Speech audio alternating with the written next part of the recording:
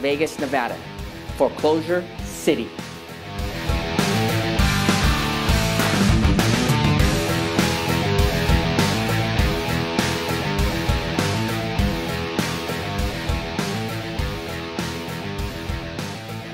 Vertical Vegas that's been going on. That if you've been watching the news, you've probably heard a lot of condos going up. Not as many as was proposed at once. Only about, I think, maybe a third are actually coming to fruition, Steve. Yeah, if that. Yeah, if that. But there are some big sky-rise towers going on. So let's talk about that a little bit. Are these the great deals? Well, there's a lot of another foreclosure fallout for condos that's causing a huge problem. When the condo craze was going on, the high HOA fees didn't come into a factor when these investors were buying the condos, because they assumed that they were going to flip them, so they didn't have to worry about the high HOAs on a monthly basis. Right. Well, now that they're not able to flip them, they can't afford the HOAs, or they're not paying them, this fallout is causing the HOAs to actually some run out of money. You're starting to see some complexes that were $1 million units, $500,000 units. The hallways have vomit on them, stains, mold growing. There was one. That's not good. If I paid $500,000 for a home, I don't want to walk out to that, because I paid for a certain lifestyle, correct? I mean, that's what they're buying. They're buying lifestyle. Correct, but the HOA doesn't have the money to maintain the properties now. Because of the too many vacant units, because of a lot of foreclosures going on. Yeah, the foreclosure is obviously the #1 problem with these facilities not being able to maintain. There's numerous high-rises that have cut the amenities, such as the pool. They've drained some of the communities have actually, condos have drained 1 or 2 of the pools in the complex. The hallways, instead of having, for example, they might have 40 lights in the hallways, now they just have 20 to keep the electrical power bills low. Some of the residents have actually had to maintain some of the facility themselves, such as taking shifts for security. Some of them have actually mowed the lawns, trimmed the bushes, because the landscapers are obviously not going to work for free. So basically what you're saying is a lot of these HOAs are close to broke. Very close. Some of them are already broke. The condo, it's exacerbated with the condo because the fees were so expensive, because the maintenance was so expensive. So now with the high rate of foreclosures in numerous complexes, it's becoming a huge problem. The biggest problem is for the banks that are going to start owning these units. But unfortunately, the people who get hurt the most are the people actually living there, right, because they're the ones that are going to have to put up with the alarm going off, the smoke alarms. Sure.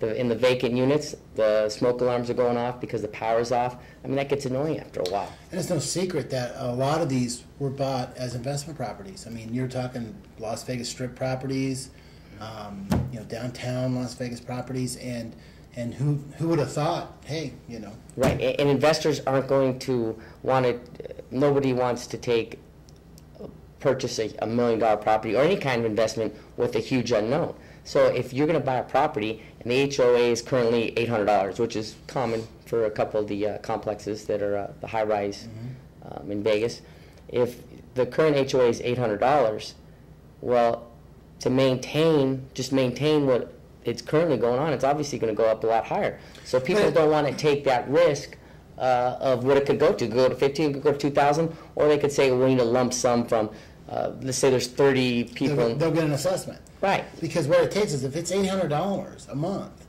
to run that property times however many owners there are, if you have a certain amount of owners, 30%, however many, all of a sudden, now you're talking, you have to have $1,200 a month from each owner to have the same amenities. Yeah, there's several high-rise complexes where there's at least, mid-rise, high-rises, at least 100 units on the market. So you figure 80%, I know for a fact that there's one complex where there's 100 units that aren't paying the HOA fees.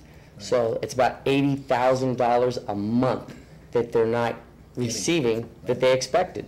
Right. So There's one complex that I know that the elevator had a water leak in it, and it still hasn't been fixed all the way from one of the higher floors. I don't want to give away the floor, it might give away the complex, but the water leak in the elevator shaft has been going on for like 3 months. The carpets on almost every floor are stained or smell. Really? The people that are losing the units are just letting them, people rent them to party, and the homeowners that are living there, obviously, got problems. Right, what are they going to do? Let their choices to keep our in or let it go, and the fees that are going to be in the future are unknown. And the double whammy is a lot of these people that bought these condos, most of them got in for no money down. Well, now you're lucky to get in for 20-25% down. So that's it's just a snowball effect that's causing these condos to really take a tumble. And no matter how low they go, if you can't tell somebody what the assessment is going to be in the future because of so many foreclosures, so many vacancies, they're not going to, most of the investors aren't going to take that chance when there's so many other ways to make money right now in real estate. Very risky. I don't think what Steve and I are saying is don't buy a high-rise condo. We would like to say really do your homework. Some of these high-rise condos are nice, and some of them have been good to people who have bought them and even sold them and gotten out of them. However, there's problems at many properties, and when you get your HOA packet, which in Nevada we call it a seller's packet, you're going to get like 10 different sets of documents, and you're going to get the budget, and you're going to get the funds held in reserves. Most people don't even read that. It was right in the by past, lawyers, just assumed, and it's pretty boring stuff. However, it may be a good idea to really take a close look and to know what kind of HOA you're buying into, and to know if you're going to have to be mowing the grass yourself. Yeah. Well, another thing, a lot of people bought these condos because they didn't want to worry about the maintenance of a house. Right. Well, now they have the maintenance because the HOA is not taking care of it. But one of the number one things you can do if you're going to look into buying a high-rise or a mid-rise or any kind of condo complex is to see how many are on the market and see how many are vacant. Because you can gauge off that. If there's a lot on the market and a lot of them are vacant, then there's a very good chance that most of the ones that are vacant, you could have a foreclosure problem in your complex. Yeah, are not paying the HOA. Because if they're vacant, they're probably going to say, hey, you know what, when I sell it, I'll pay the HOA. Take a chance like that, especially if it's $800-900 a month. Some $1,200. Taking the listing today, former client that bought one of these and doing the comps, and there's 9 vacancies there's 9 on the market for sale, all of them vacant, every single one of them. The builders are still selling these, not even sold out.